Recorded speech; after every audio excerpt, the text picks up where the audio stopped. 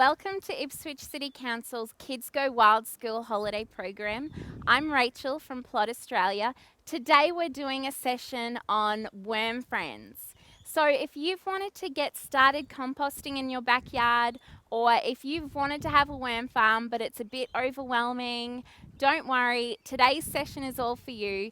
I'm going to be showing you the easiest and the best way to start composting your kitchen scraps at home into your very own worm station. So find a cool shady spot in your garden to install your worm kit, and let's get started.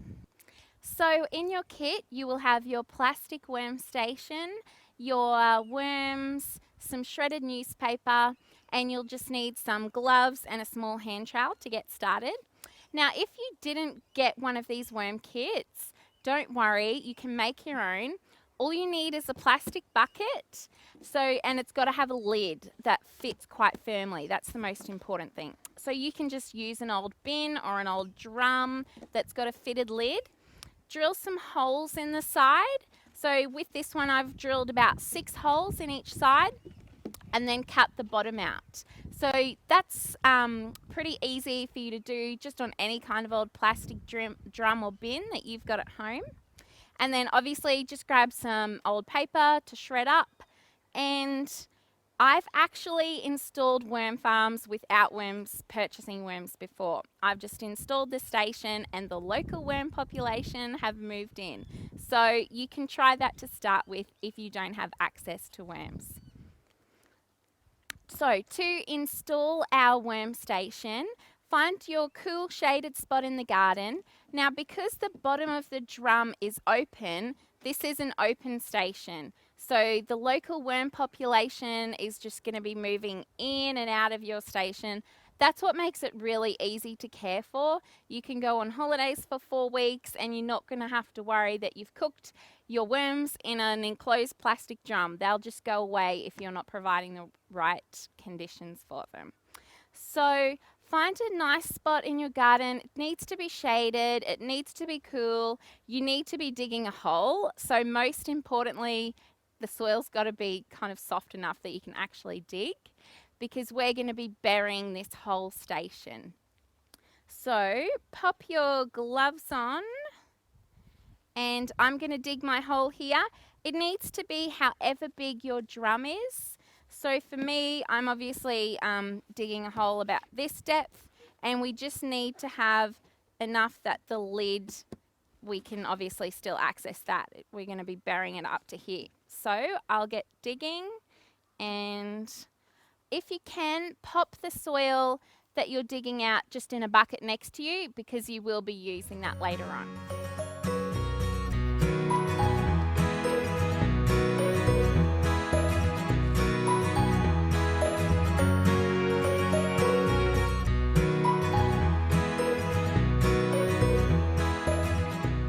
Okay, so I've finished digging my hole, and that's the depth of the worm station.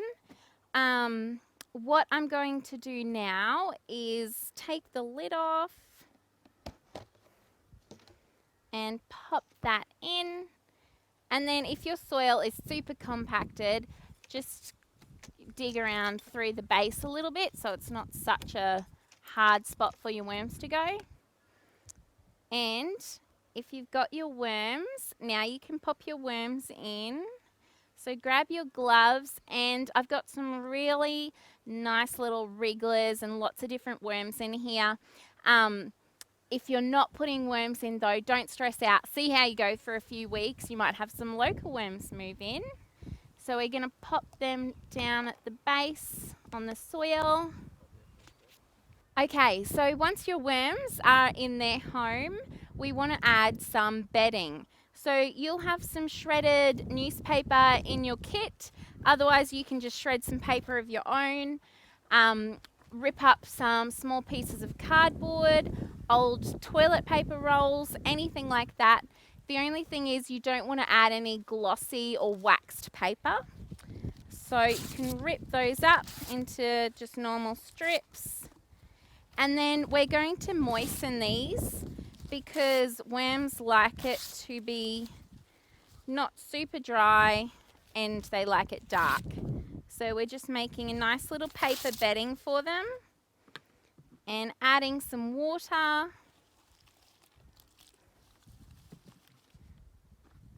So I'm just scrunching that around. And I'm just wetting it so it's just wet enough like an old moist sponge. And then I'm going to sprinkle that on loosely on top of the worms. There we go. And I'll pop the lid on. Now we're just going to backfill around the station so your worms have their new home. So this is such a great way of having your first worm farm, because the worms are just going to move in and out through those holes, and they're actually going to add nutrients to your soil, your surrounding soil around it. So you don't have to worry about adding fertilizer as such to the plants that you've got directly around it. So if you've got plants that like a lot of nutrients, like tomatoes or citrus trees or anything like that, you could plant them around this station, and then they will directly benefit from the worms coming in and out and giving the nutrients to your plants.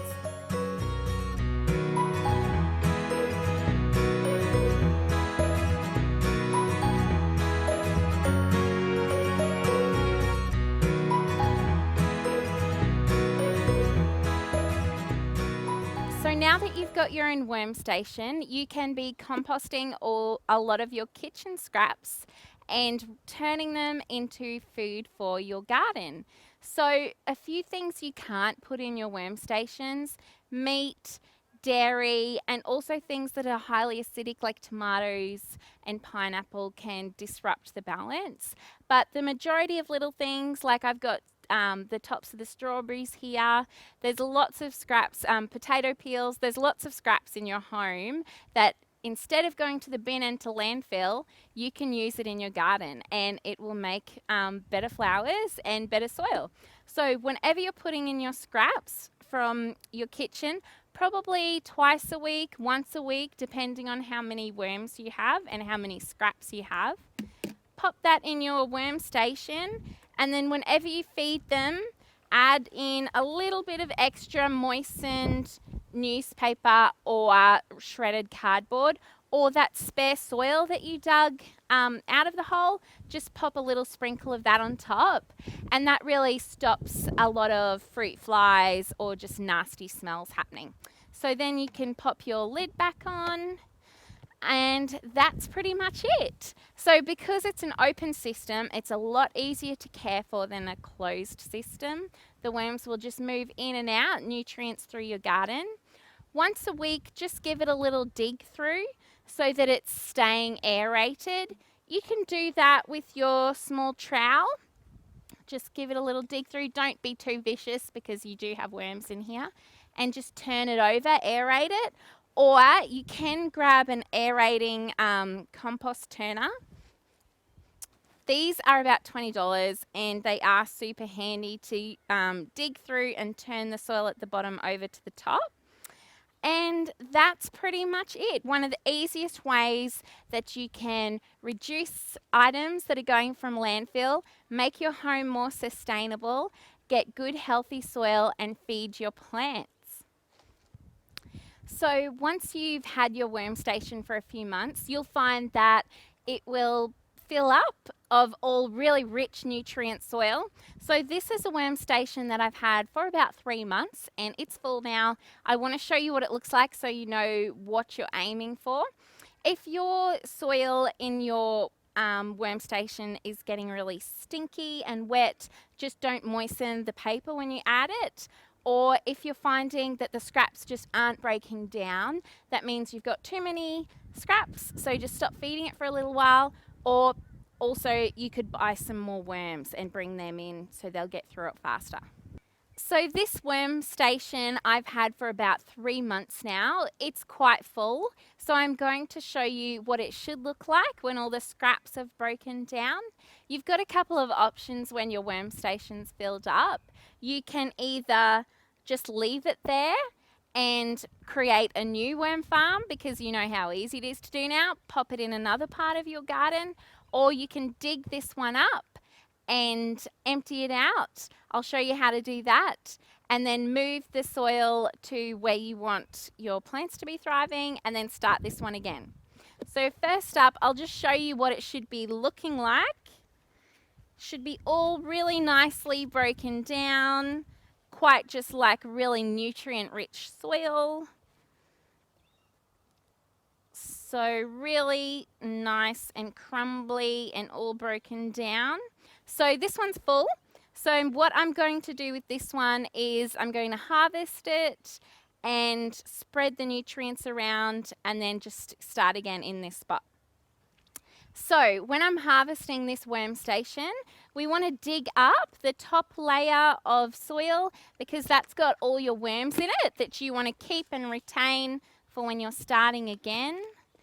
So we're digging up all that top layer, and there's quite a few worms in there.